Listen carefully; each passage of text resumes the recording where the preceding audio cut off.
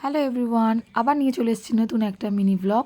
এটা মিনি ব্লগের থেকে একটু বড় হতে পারে, সবাই দেখেও ভালো লাগবে আশা করি। আজকে আমি মেয়ের সাথে, আমার হাজব্যান্ডের সাথে একটু বেরোচ্ছি। দেখো কুহুরানি আছে, কুহুরানিকেও টাটা করে দিচ্ছি, ও যেতে পারলো না, ও তো খুব ছোটো। একে নিয়ে প্রথমবারই যাচ্ছি। কোথায় যাচ্ছি সেটা পুরো মিনি ব্লগটা দেখলেই তোমরা জানতে পারবে। এই অটোয় উঠে গেছি আমাদের বাড়ির সামনে থেকে। অটোয় উঠে দেখো, অটোয় উঠে না পুরো চুপ করে থাকে, কোনো কথা বলে না। এবারে আমরা চলে এসেছি মেন রোডে রাজপুরে। সেখান থেকে বাসের জন্য এবার ওয়েট করছি।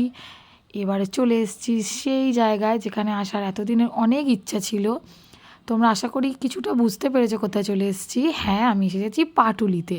তো আমি এসেছি অনেক দিন পর, প্রায় 5 বছর পর এসেছি। আমি লাস্ট বিয়ের আগে এখানে এসেছিলাম, তারপর একেবারে মেয়েকে নিয়ে আর হাজব্যান্ডকে নিয়ে একসাথে এলাম।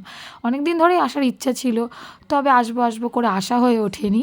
তো ফাইনালি ভাবলাম আর দেরি করা যাবে না, ভেবে রেখেছি, হঠাৎ করে ডিসিশান নিয়েছি, চলো একটু ঘুরে আসি, দেখে আসি। পাটুলি অনেক চেঞ্জ হয়ে গেছে।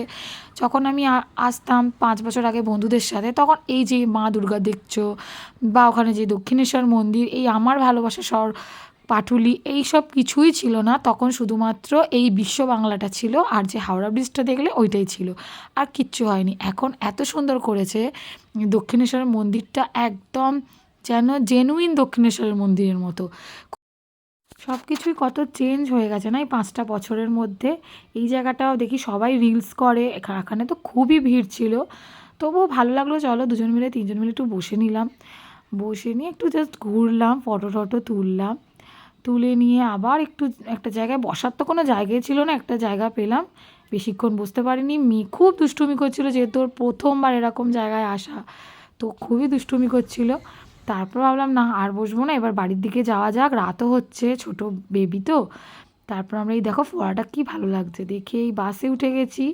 বাসে করে বাসেও ভালো দিচ্ছিল। এবার বাড়ি ফিরে যাচ্ছি। আমার এই ছোট্ট মিনি ব্লগটা যদি তোমাদের ভালো লেগে থাকে তাহলে অবশ্যই লাইক কমেন্ট করে জানিও। টাটা।